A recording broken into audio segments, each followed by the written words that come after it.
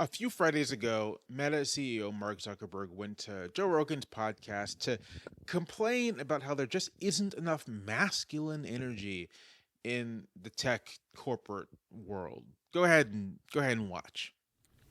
I don't know. There's just something the kind of masculine energy I think is good, and Yeah. obviously, society has plenty of that, but I think corporate culture was really like trying to get away from it, and I do think that there's just something. It's like I don't know. These all these forms of energy are good, and I think having a culture that like celebrates the aggression a bit more has its own merits that are really positive.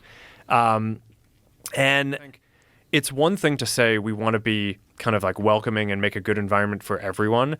And I think it's another to basically say that masculinity is bad.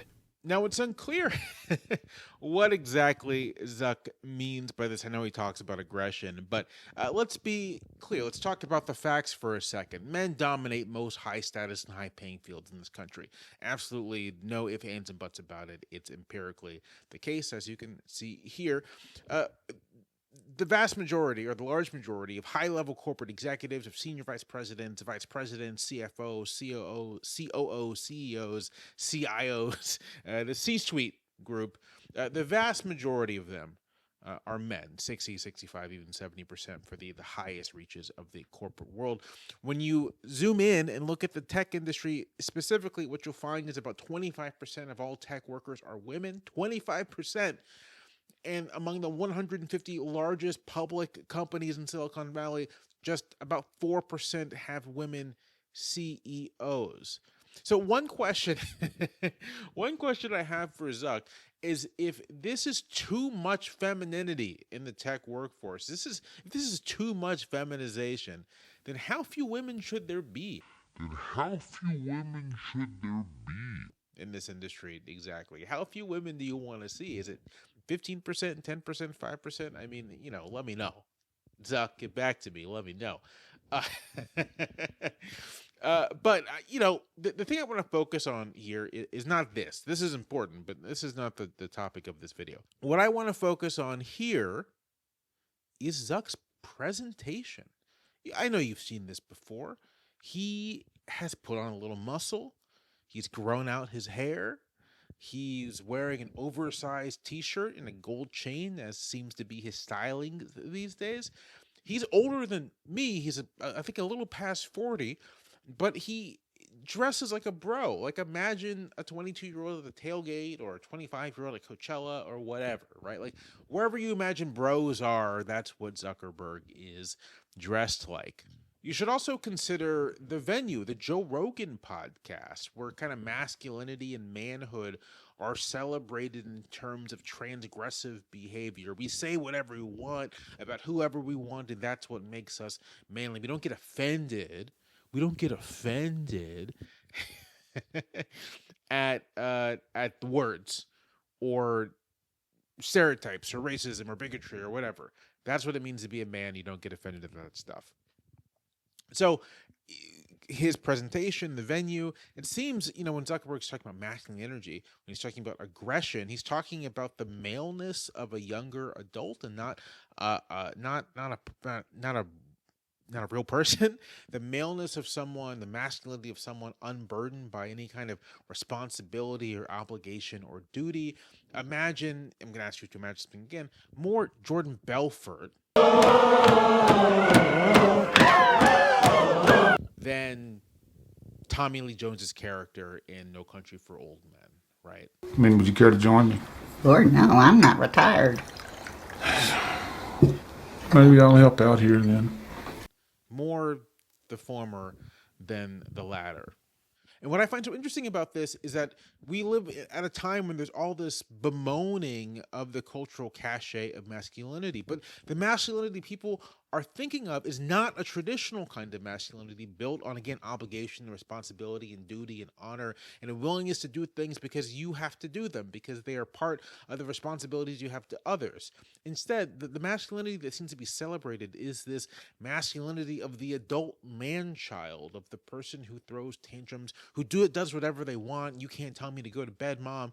And who gleefully transgresses and offends and imposes.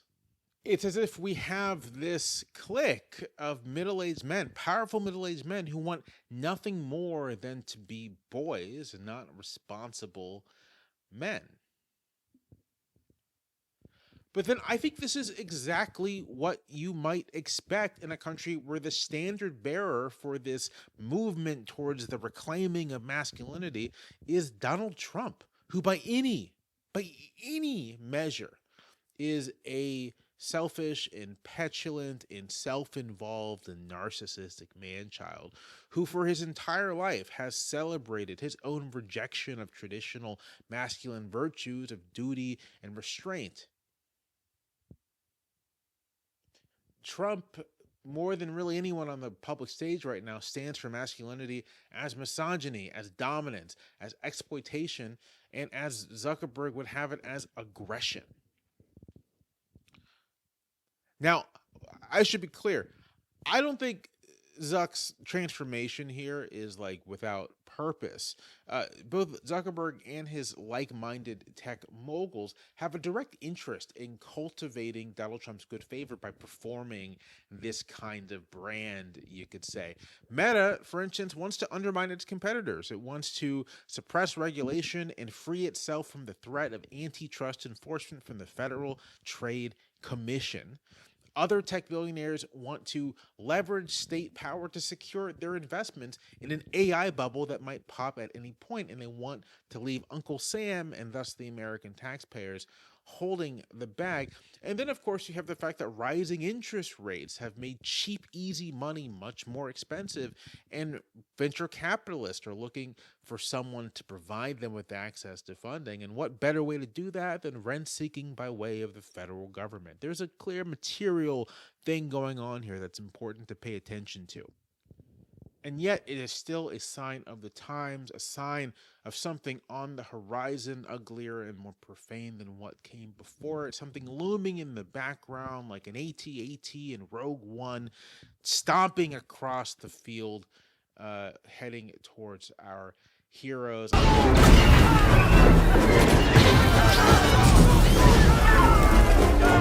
say this as someone who's not a fan of Rogue One. Not to be too pretentious, but I'm reminded here of a quote from Machiavelli: how easily men may be corrupted and how they may transform themselves and give themselves a completely different nature, no matter how good and well educated they may be. Now, I'm not here to say that this is exactly true of Zuckerberg and his cohort and the rest of the people in his clique. I'm not sure that they have, again, to quote Machiavelli again, begun to be friends of tyranny for a little bit of profit it provided them. But it is undoubtedly true of many of those who will bend and contort themselves towards Trump in order for their own personal gain. The vibe shift, to use a cliche, is here.